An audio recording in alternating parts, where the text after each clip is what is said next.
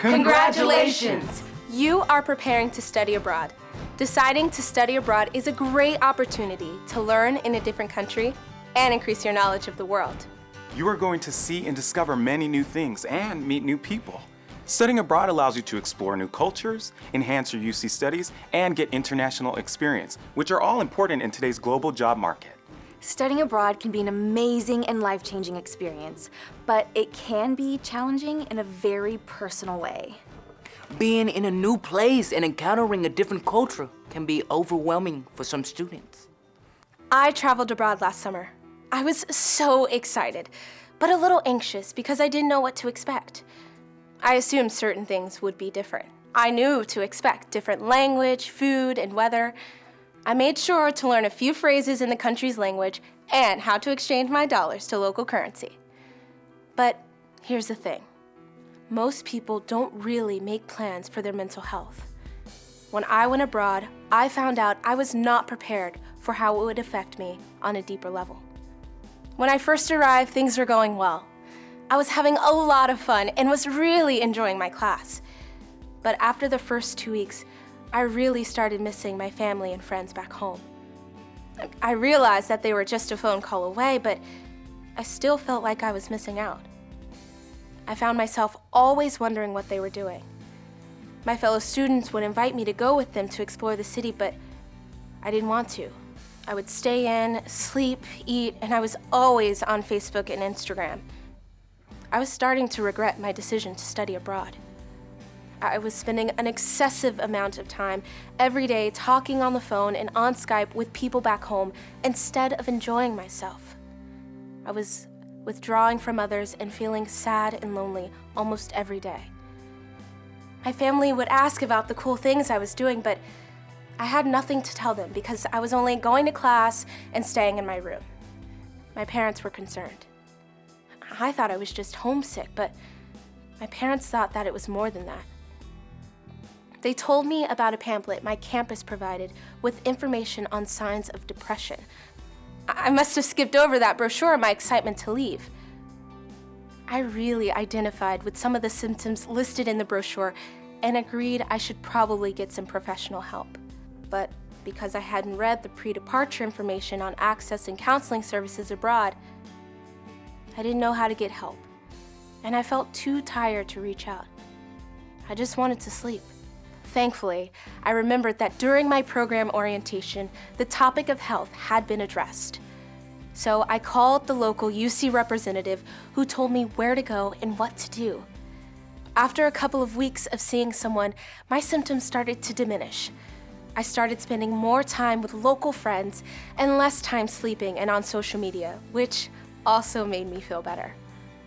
It didn't happen overnight, but I eventually started to shake my symptoms and enjoy myself.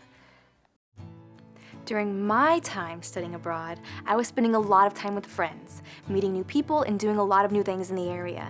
We studied hard, and on our downtime, we toured the surrounding areas and visited major landmarks. We went dancing, shopping, and we talked with the locals. Every day was a new adventure, and there was just so much to do.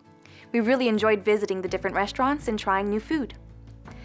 Everything was going well until I had realized that there was something I had not adequately prepared for. You see, back home, I had been struggling with an eating disorder for almost a year. It had gotten so severe that at one point, I was in the hospital for a week. In the States, I had been seeing a therapist.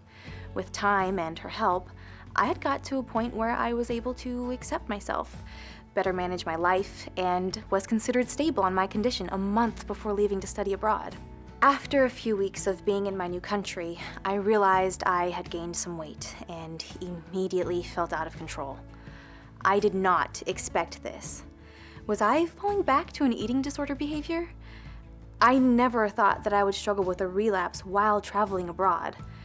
I kind of thought that going to a new country would be a vacation from everything, that somehow I wouldn't face the same issues that I dealt with at home. I found out that not only will your problems come with you, but they may be intensified by being out of your comfort zone. I was confronted with so many new things that I no longer had the routine I had back home. I wish that I had been more prepared and spoken to my therapist about potential triggers and what it meant to continue with a sustained recovery. I wish I had done this before I left, because if I had prepared a careful plan before traveling abroad, I could have been able to identify triggers, work on effective and healthy coping skills, and reach out for help. Being in an unfamiliar place affects people in many different ways. Even the most seasoned travelers can struggle with the transition. Everyone can benefit from having a mental health plan.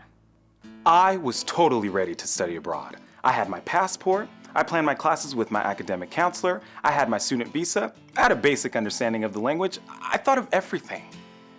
But then again, I'm always thinking of everything. My mind is always racing. I think of everything that could possibly happen. Sometimes it causes me to have a lot of anxiety, but I've learned to manage it with prescription medication. It's difficult to function without it, and I never thought I would have to in a foreign country. About a week after I arrived, I realized that I was out of medication. I wasn't worried though. I would just find a pharmacy and get my prescription refilled, right? When the pharmacist told me my medication was illegal, I was completely shocked. A doctor in the US had prescribed it to me. Why would it be illegal there? I had no idea. I didn't know what I was supposed to do. I spent the next few days on the phone with my doctor, the program director, my insurance provider. It was time-consuming and terrible. My classmates were enjoying their first week abroad, and I was just trying to keep it together and figure out what to do. When I finally was prescribed a new medication available in that country, I started feeling like myself again. If you're studying abroad, you've really got to be prepared. You may think you're not forgetting anything, but it's better to be safe than sorry. Take it from me. I did my research and I thought I was prepared, but the one thing I forgot to do was read my pre-departure materials and use my UC resources. Take advantage of your resources and work with your doctor on a mental health plan before departure. It is helpful to be aware of the common issues that can manifest abroad and the symptoms so that you can understand what is happening to you or your friends and can take steps to counteract them. Homesickness, culture shock, and stress are all common and expected when adjusting to a new culture. Culture shock is caused by differences in things such as communication, worldviews, values, different academic culture, transportation, and many others. Symptoms of culture shock include sadness, difficulty studying or working, frequent crying, nervousness, irritability, and withdrawal. Adjusting to a new culture can complicate any pre-existing issues you may have been managing well at home. Many students feel that traveling will help them leave the problems behind, but the opposite is true. When you pack your bags, your problems not only come with you, but can be intensified by the stress that comes with adjusting to a different culture. It is important to maintain a healthy well-being and balance, and remain flexible about differences. Talk to your doctor before departure. Develop a mental health plan and know how to reach out for help if needed. Identify how you will access support abroad. Investigate mental health services in your destination country. If you are currently taking prescription medication, find out whether it's available and legal in your destination country and get information about traveling with medications. Self-care is easy. Remember, keep in touch with family and friends or anyone else you consider your support system. Also, make sure to get enough rest. Eat well-balanced meals and make sure to exercise. Keep a journal. Familiarize yourself with the area, culture, and customs before you go. You should arrive abroad with an open mind, and most importantly, be patient with yourself. Traveling abroad was one of the greatest experiences of my life.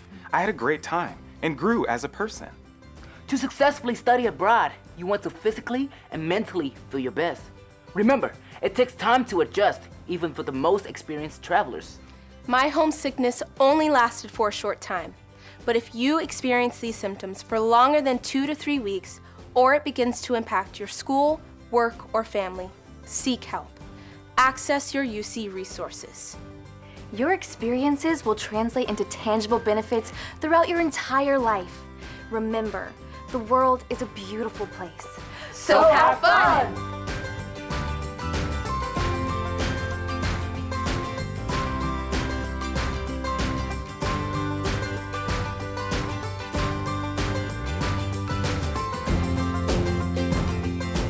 Other common struggles while abroad include feelings of isolation, fear, or confusion for LGBTQI students, unexpected pregnancy, contracting a sexually transmitted disease, alcohol and/or substance abuse.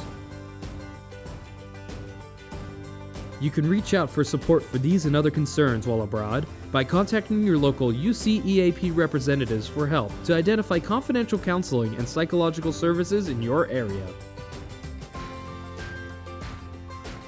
For 24-hour confidential support during pre- or post-departure, call Counseling and Psychological Services at 805-893-4411 or visit our website